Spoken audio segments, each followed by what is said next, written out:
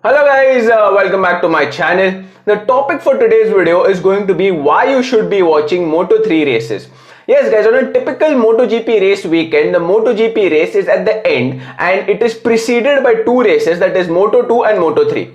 In this video, we are going to talk about why you should be watching the Moto3 race, and I'll make a separate video on why you should be watching the Moto2 race as well. So guys, without any further delay, let's get right into the video. So guys, the number one reason would be the entertainment factor. Where do I begin with this, guys? Moto3 class is the most entertaining and the most unpredictable motorcycle racing class, at least that I have seen. The Moto3 class is so unpredictable because it has a lot of overtaking that takes place, which leads to the unpredictability. Guys, it's like the bikes on the grid are so evenly matched that it just comes down to rider skill. So there is not much separating the riders. Also, because there are many more riders on the grid than the MotoGP grid, what this does is it adds more riders to the equation of overtakes. I will kid you not guys, in a typical Moto3 race, you will find the lead group consisting of sometimes above 10 to 15 riders. These 10 to 15 riders are swapping positions at almost every turn on the track. That is how close the racing is.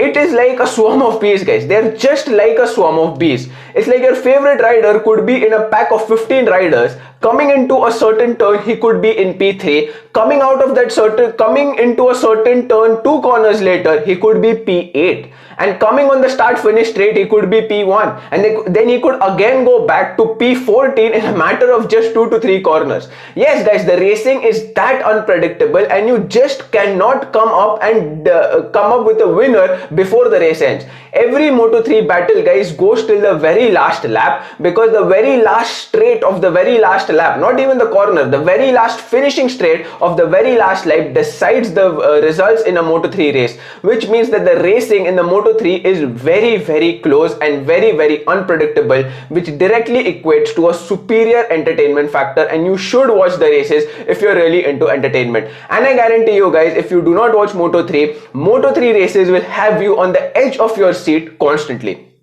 So from that guys, let's move on to the second reason, which is future stars.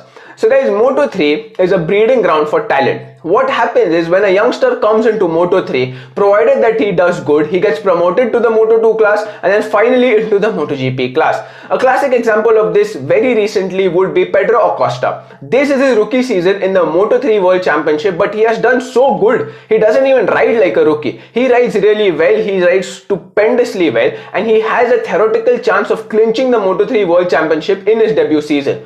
What this has done is this has attracted the attention of teams, and they've seen how good he is and how talented he is, and he immediately has a contract to move up to the Moto2 class for the 2022 season, which means a direct promotion into a higher class. Another classic example of this would be Fabio Quartararo. Fabio Quartararo, your current MotoGP World Championship leader, could clinch the title technically at Misano this week itself.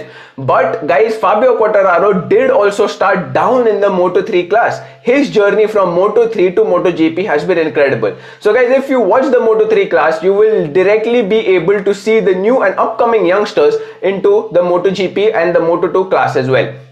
So guys, the third and the final reason that I will give you is pure emotion. Let's not forget guys, the age of the riders that race in the Moto3 class is somewhere between 14, 15, 16, 17 and 18 years of age. These guys are teenagers and literal teenagers, and they give it all whenever they race. The emotions when they win, the emotions that they show, they are of pure joy, pure happiness. MotoGP riders, they are a bit older, and as you get older, you actually plan out their moves. They plan out where on the track they can overtake. They plan where are the strong points, where are the weak points, and where they can overtake. But when it comes to the Moto3 class, it's none of that. It is just all out overtakes and all out racing wherever, whenever and however possible. They do not look back, they do not hold back, and what you get is pure unadulterated racing, and with that comes pure unadulterated emotion.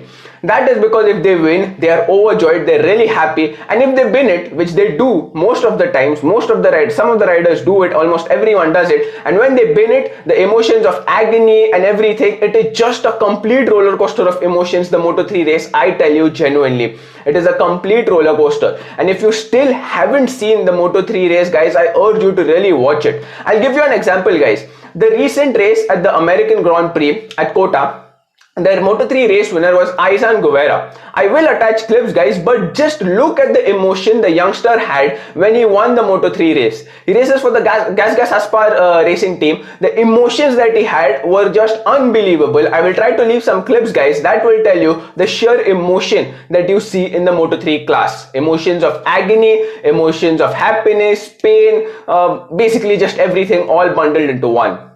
So guys, that is it for the video. These are the reasons why I think you should be watching the Moto3 races, and if you still haven't seen the Moto3 races, I urge you to follow 1 or 2 races, and I am telling you, you will instantly get hooked to it. Also guys, the Misano Grand Prix is coming up this week, so the first race in the Misano Grand Prix will obviously be the Moto3 race, so I urge you guys to follow that race and tell me what you think about it. What are your thoughts about the Moto3 class, guys? Do let me know in the comment section below. That is it for this video. If you liked what you see, hit the like button. If you dislike what you see, hit the dislike button twice. Also guys, if you're new to the channel, please do not forget to hit the subscribe button, ding the notification bell, and I'll see you guys in the next video. Bye bye.